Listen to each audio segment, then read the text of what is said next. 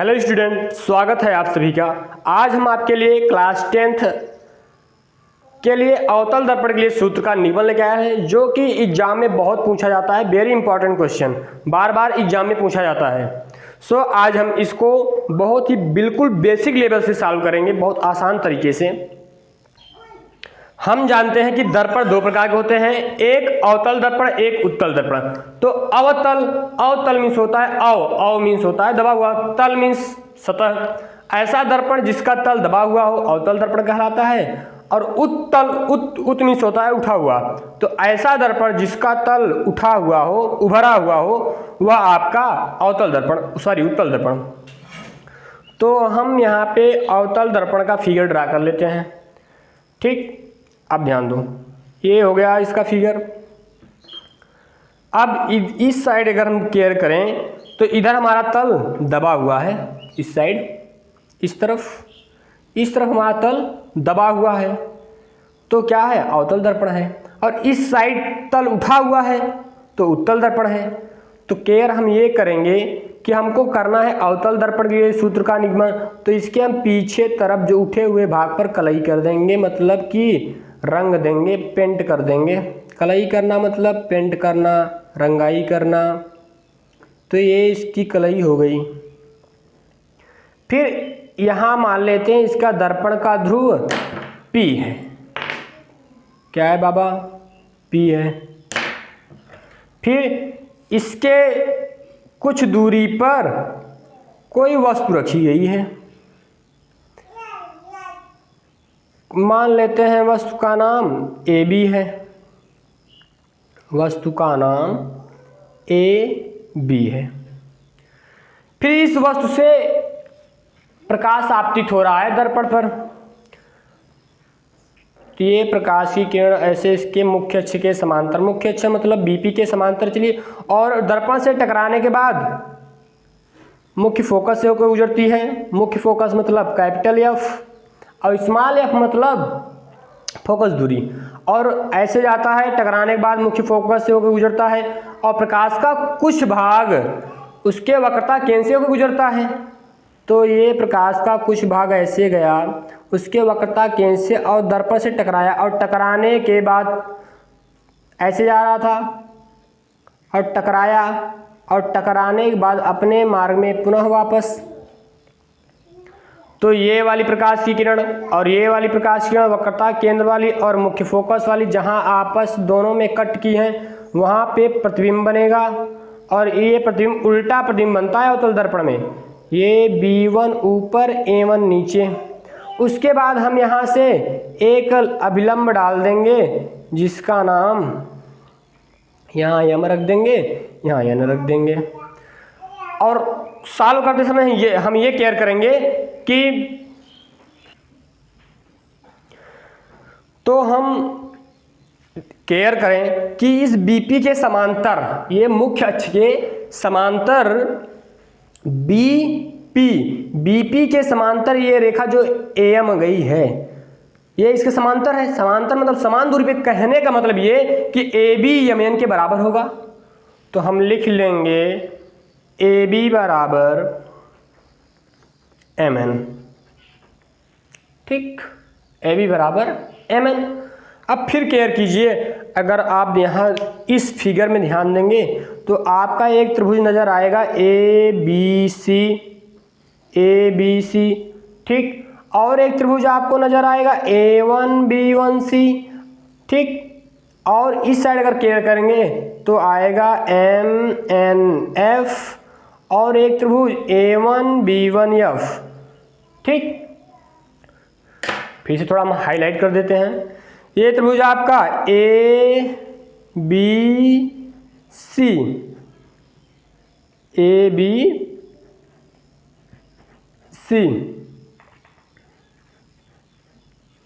और ये त्रिभुज आपका A1B1C। तो इन दोनों त्रिभुज को सॉल्व करेंगे। कैसे सॉल्व करेंगे, इधर ध्यान दीजिए।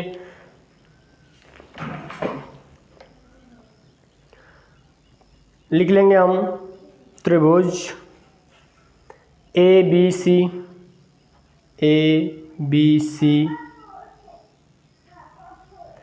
एंड त्रिभुज A1B1C, त्रिभुज A1B1C से क्या हो जाएगा?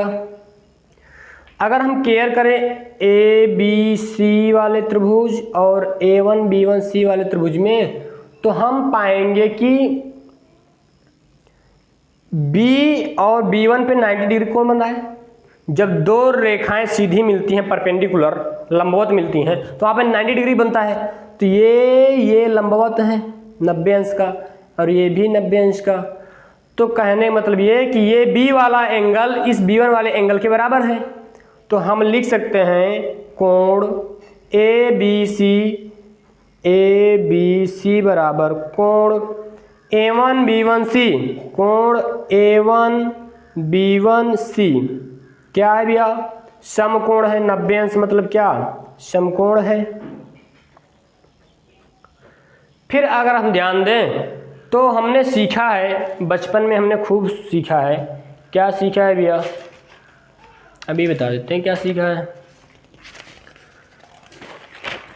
आपने सीखा है कि अगर कोई लाइन जा रही हो और दूसरी लाइन उसको आके कट कर दे, तो वहाँ पे कैंची वाले एंगल बनते हैं। जैसे ऐसे रेखा जा रही हो और ऐसे रेखा आके कट मार दे, तो ये कैंची वाले एंगल हुए ना। ये देखो, ये ऐसे, ये कैंची वाले एंगल। तो जो कैंची वाले एंगल होते हैं उनके आमने सामने के कोण बराबर होते हैं।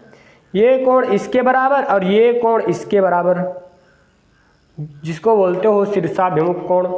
तो इधर ध्यान दीजिए, ये BP रेखा ऐसे जा रही थी और ये वाली किरण आके ऐसे कट कर दी, तो इसके सामने कोण इसके बराबर होगा। कहने मतलब ये कोण जो है इसके बराबर होगा बाबा। ठीक, तो हो जाएगा आपका, क्या हो जाएगा, थोड़ा ब्लैक कलर से, कोण ACB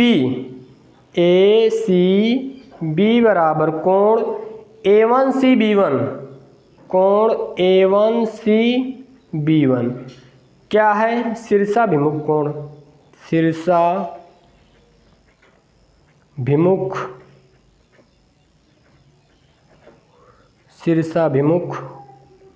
कोण।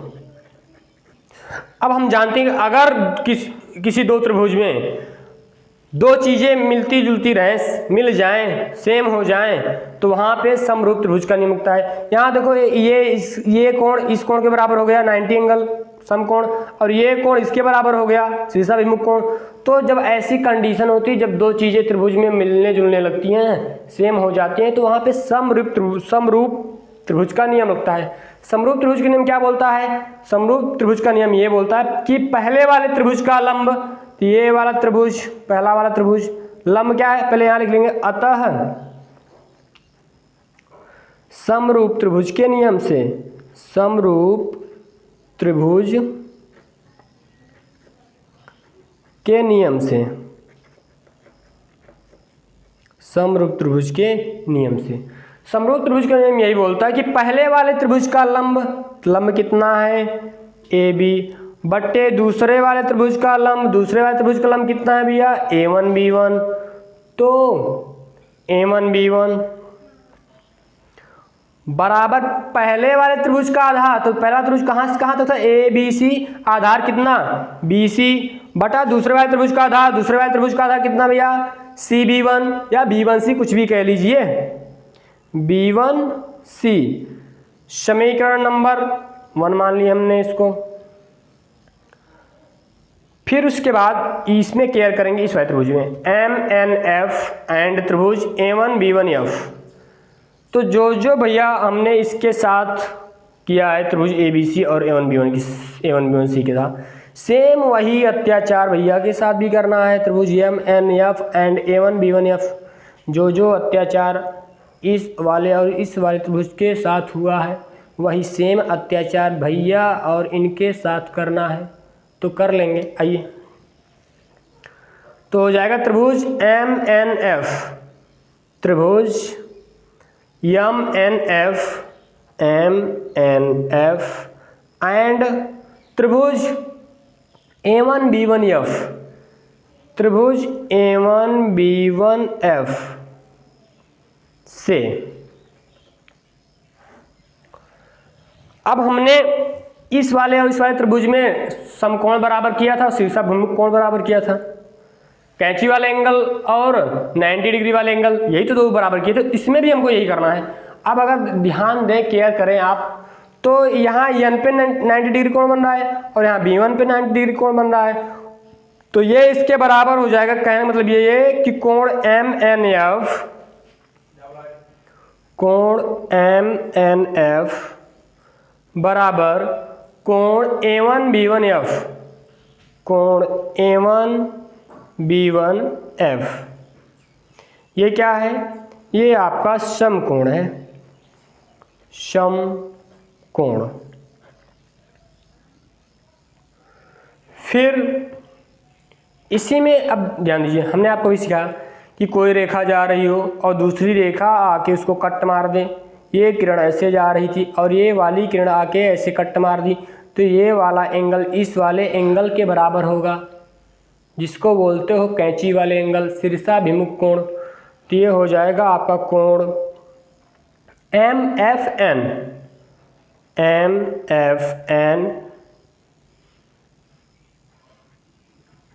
Equal to A1FB1। ये क्या है?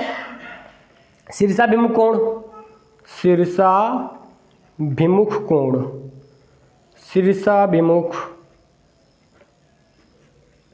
कोण मतलब आमने सामने कोण आपस में बराबर होते हैं। फिर ध्यान दीजिए, अब जैसे इसमें समरूप त्रिभुज का नियम लगाया था, दो चीजें बराबर, वैसे इसमें भी समरूप त्रिभुज का नियम, तो लिखेंगे अतः समरूप त्रिभुज के नियम से, अतः समरूप त्रिभुज के नियम से, समरूप त्रिभुज के नियम से। समरूप त्रिभुज का नियम क्या बोलता है कि पहले वाले त्रिभुज का लंब अगर हम केयर करें तो MN है, और दूसरे वाले त्रिभुज का लंब A1B1, तो पहले वाले त्रिभुज का लंब बटे दूसरे वाले त्रिभुज का लंब, तो पहले वाले त्रिभुज का लंब हमने पाया MN बटा दूसरे वाले त्रिभुज का लंब A1B1, तो A1B1 बराबर पहले वाले त्रिभुज का आधार, तो पहले वाले त्रिभुज का आधार यहाँ देखो भैया FN है, बट ये n P से बहुत सटा हुआ होता है। n P मतलब दर्पण के द्वारक से, दर्पण के ध्रुव से बहुत सटा हुआ होता है, इसलिए n बराबर P मान लिया जाता है। तो सीधा हम FN न लिख के FP लिख देंगे, क्यों? क्योंकि n बहुत सटा हुआ होता है दर्पण के ध्रुव से, इसलिए सीधा FP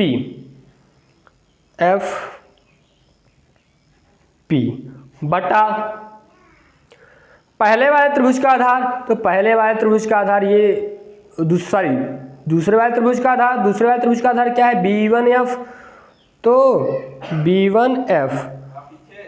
अब अगर हम ध्यान दें कि MN किसके बराबर है, यहाँ से देखो MN AB के बराबर है, तो इस MN के स्थान पे हम AB लिख सकते हैं, और बटा A1B1, तो A1B1 बराबर FP बटा B1F, FP बटा B1F। समीकरण नंबर 2, इक्वेशन नंबर 2। अब अगर केयर करें हम, तो यहाँ ये पाएंगे कि हमारा ये लेफ्ट हैंड साइड समीकरण 1 और समीकरण 2 का, यहाँ भी AB बटा A1B1 और यहाँ भी AB बटा A1B1 है, तो ये राइट हैंड साइड आपस में बराबर हो जाएगा। तो राइट हैंड साइड को हम आपस में बराबर कर लेंगे, तो हो जाएगा फ्रॉम इक्वेशन नंबर 1 एंड 2, ये BC बाई B1C इसके बराबर हो जाएगा, तो BC बटा B1C बराबर FP बटा B1F। कोई दिक्कत? आइए थोड़ा और आगे सॉल्व कर लेते हैं इसको।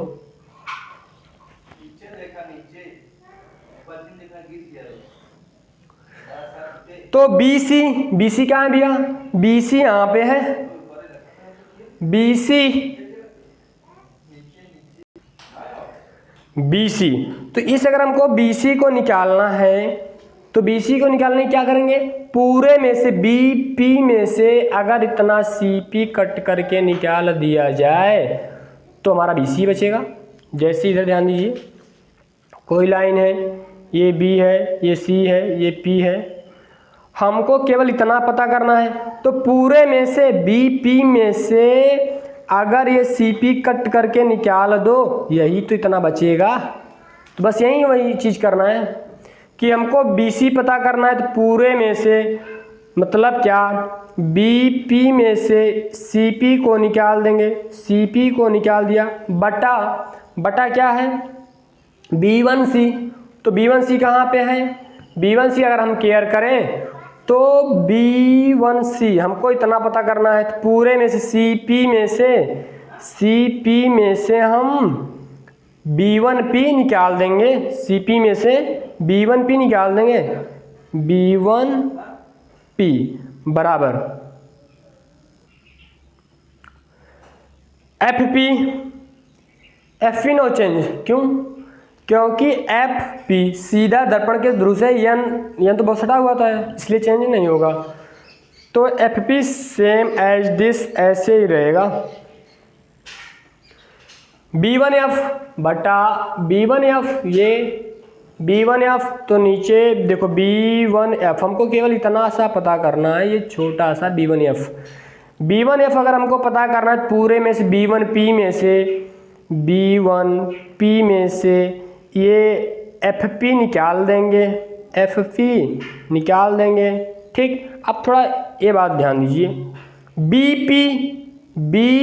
पी यहाँ से लेकर यहाँ तक की दूरी को वस्तु की दूरी कहते हैं। बी पी यहाँ से लेकर यहाँ तक की दूरी को वस्तु की दूरी कहते हैं, यू। लेकिन ये हमारा है अवतल दर्पण। तो अवतल दर्पण में यू वी एफ तीनों माइनस होता है। तो ये हम बी पी जो है माइनस रख देंगे, माइनस सी पी कहाँ है भैया, सी पी वक्रता केंद्र और ध्रुव के बीच की दूरी को वक्रता त्रिज्या कहते हैं। मतलब वक्रता त्रिज्या मतलब आर बराबर 2f होता है, लेकिन माइनस 2f रखेंगे। क्यों, क्योंकि अवतल दर्पण होता है, अवतल दर्पण में सब माइनस, बटा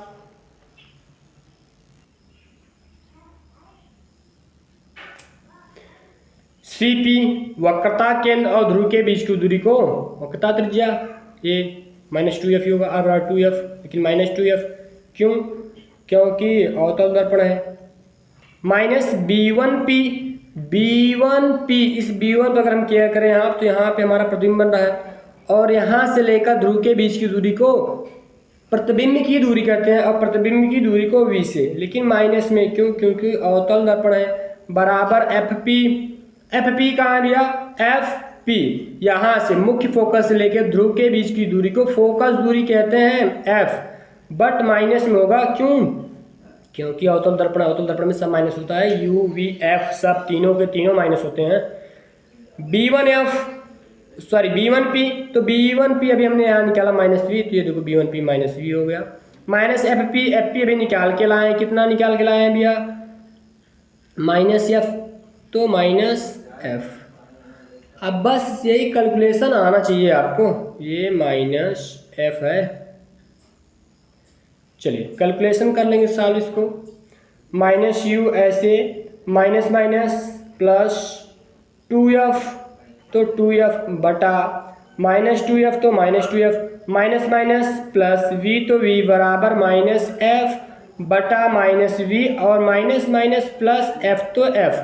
अब त्रिय गुणा कर लेंगे, क्रॉस मल्टीप्लीकेशन कैसे कर लेंगे, माइनस यू का गुणा minus v, minus minus plus हो जाएगा यू वी, फिर माइनस यू की बारी प्लस एफ के साथ, तो माइनस प्लस माइनस यू का गुणा एफ में यू एफ, फिर प्लस 2f का गुणा v में, तो plus minus minus 2f v, plus plus plus 2f का f में, तो 2f स्क्वायर बराबर हो जाएगा, किसके बराबर हो जाएगा,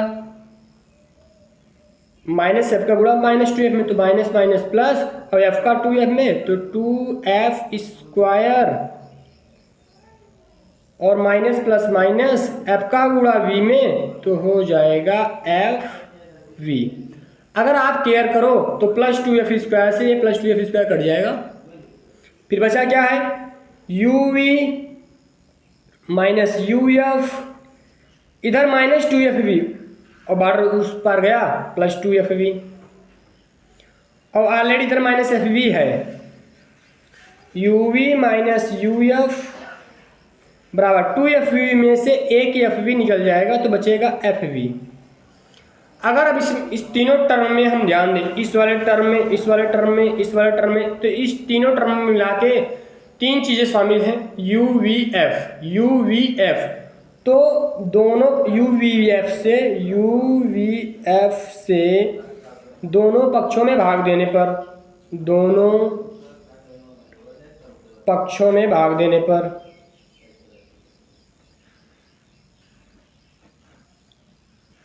पक्षों में भाग देने पर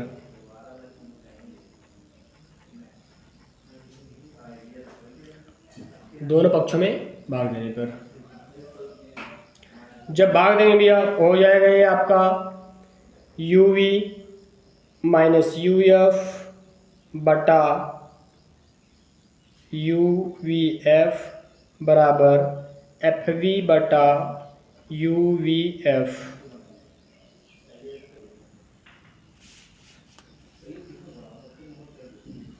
अब इसके बटा को अलग कर देंगे, और जब बटा अलग कर देंगे तो हो जाएगा आपका यू वी बटा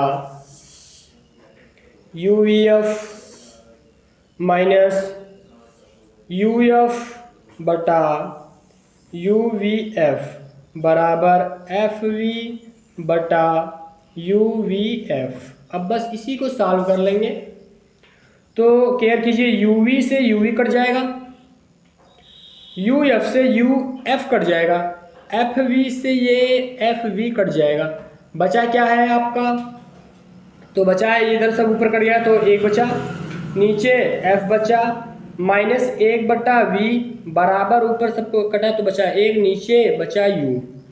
अब एक बटा एफ सेम ऐसे रहेगा, इधर minus one by v border उस पार जाएगा, बराबर को उस तरफ जाएगा तो प्लस में हो जाएगा, और इधर ऑलरेडी प्लस में वन बाई यू है। ये हो गया आपका प्रूफ, हेंस प्रूव्ड।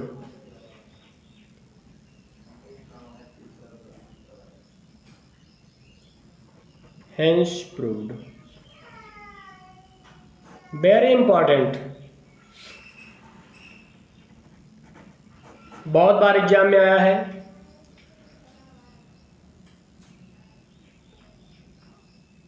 तो आज के लिए बस इतना ही, मिलते हैं अगली वीडियो में।